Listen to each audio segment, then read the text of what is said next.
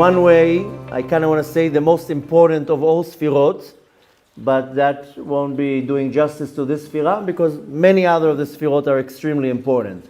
But tomorrow's night's sfirah, which is Yesod Shebechesed, falls on Shvi'i Shel Pesach, which in itself is a very, very powerful day. It's a Chag, it's a festival.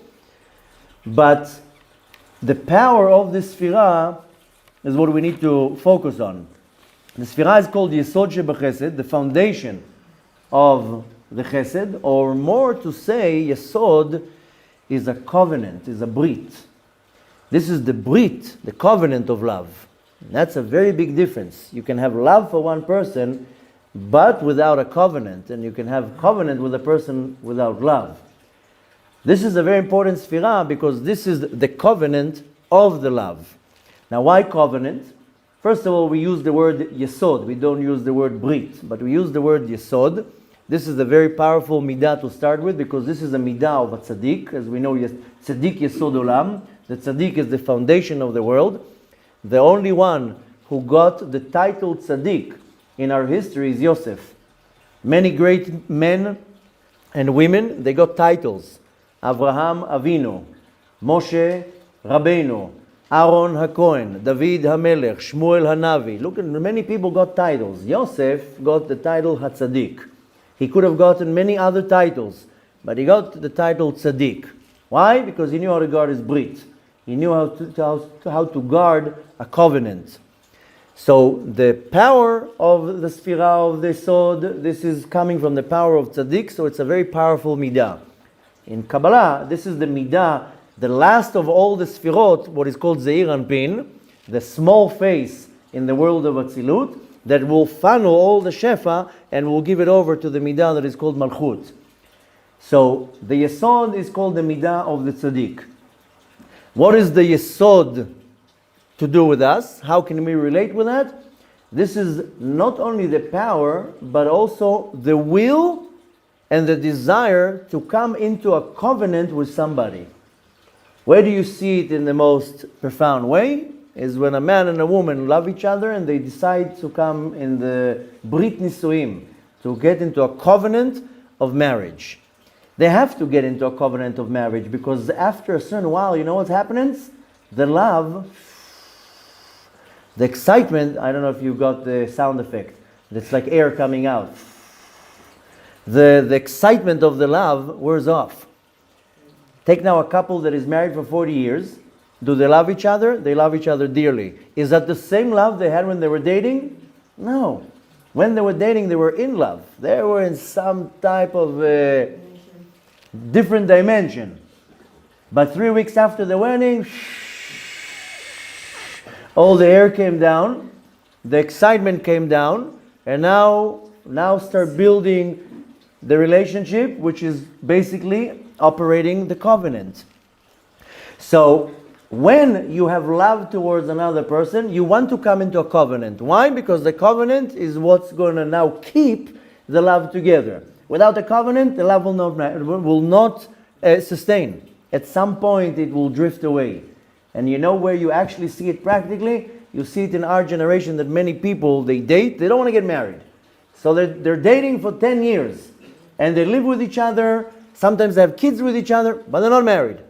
That doesn't last and it will never last. Because it has to be a covenant. A covenant is a connection. The connection that is unbreakable. So, Yesod Shebechesed, the foundation, the brit of love, is that I go into a covenant with another person because of love.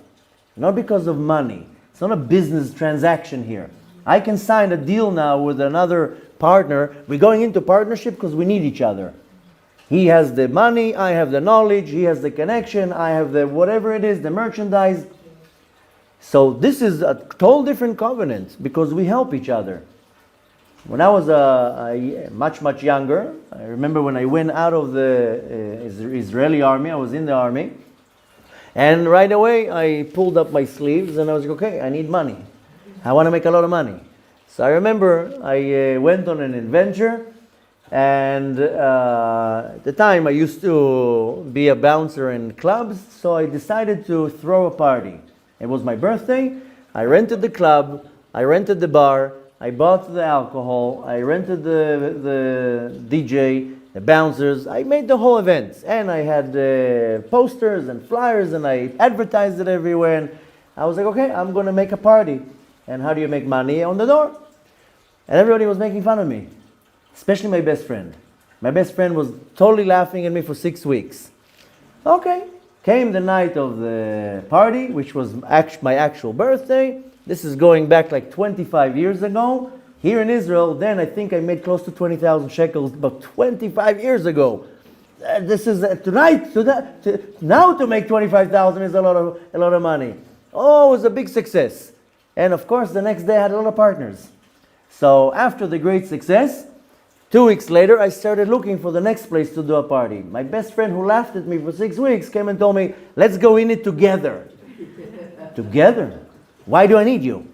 He's like, let's do it together. I also want to make money. But I don't need you.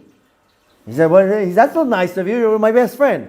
I told him you weren't my best friend for the last 6 weeks when you were laughing at me. Now when you saw success and you want to be my partners, I don't need you. I don't need your money. I don't need your help. I don't need your wisdom. I don't need your connection.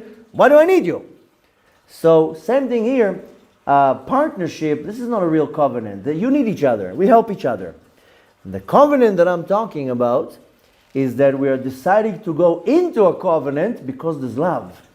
And if there wouldn't be a covenant, who says the love will hold the relationship together? Most likely it wouldn't.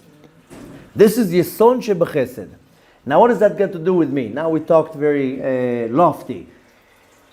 The Yesod Shebechesed is the desire or the will that the love should build a connection. This is something very, very interestingly, because if you talk to married couples, they only complain, in most cases. Can't stand her, she's annoying, she's driving me crazy, he's making a mess in the house. That's most, didn't hear so often couples talking, oh, my wife is amazing, my husband is so great. But when you are single, especially in our generation, people are single for a very long time. Oh, all day long, praying, remedies. They go to Amuka, they go to this, they jump on any grave that moves. They'll do any segula, also wear onion rings on their head. Whatever you tell them to do, any single individual, tell them to do something, they'll do it. All day long, they're praying for the shidduch. Finally, they get the shidduch. 60 years later, they don't complain. The whole time they complain. So this is the joke here, that for the single ones, they're constantly longing to be married. Some of them are saying, I have to be careful what I wish for myself, because I'm going now into a roller coaster here. So, but before I met my other half, my dream is to build this connection, to build a nest, to have kids together, to grow together. Oh, you have these very noble thoughts and how I want to settle. And a year into the marriage, these are not the thoughts you have. You have different thoughts already. But again, Yesod Shebechesed is the desire that the love that I have for another person should build a relationship and a commitment. And again, this brings us to the question, the great question, why people get married. Because they want to build a relationship. Now, if we need to kind of order the terms, so we're using the term love a lot. In this week especially, the week of love, the week of chesed, then love can be a covenant between two souls. When I go and marry my wife, the covenant right now is between my soul and her soul. Because if it's all done the right way, according to the Torah, then the Kadosh Baruch Hu sews the souls together. Really, before we even start, this is what the Zohar says, that before the soul is ready to come down to the world, before it's ready to take that bungee jump, but without the rope, then stands an angel and cuts the soul in half, and one half of the soul falls into the female body, and one half of the soul will fall into the male body. And then one will be born in Sydney, Australia, one will be born in New York, America. Somehow 40 years later they meet. But if they have a kosher chuppah, then in the chuppah while they're next to each other, specifically when the bride is surrounding the groom 7 times, then the Kadosh Baruch Hu sews the neshama together, and they come together. So one can say that love is the covenant between 2 souls. But another way of looking at the word love, or the definition of love, love is the bridge that will cross a huge canyon or a huge abyss of 2 separate worlds.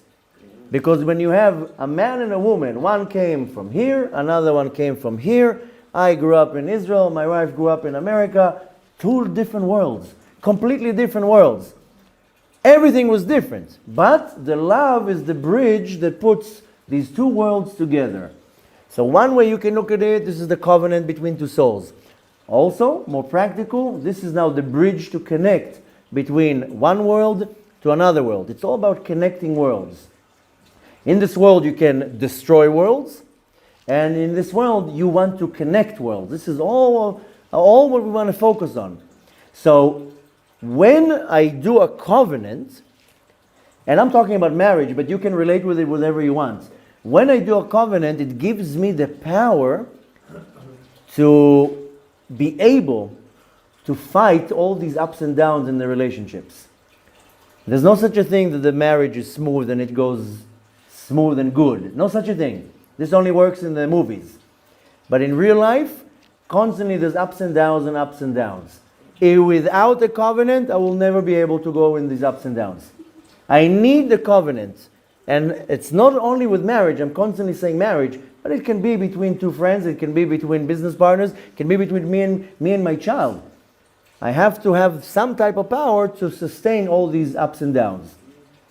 Now, how do I do this covenant, or what we say in Hebrew, likrot brit? We see in the Torah there are many britot.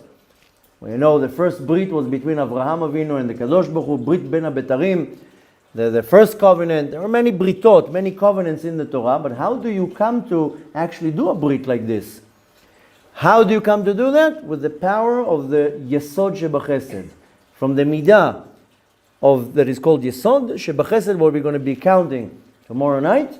This is what gives me the power to come into this covenant. Now, we're constantly using the word covenant, but really the Midah is called Yesod. Yesod, the translation of Yesod is a foundation, but the Yesod has the power, the link to connect 2 opposites.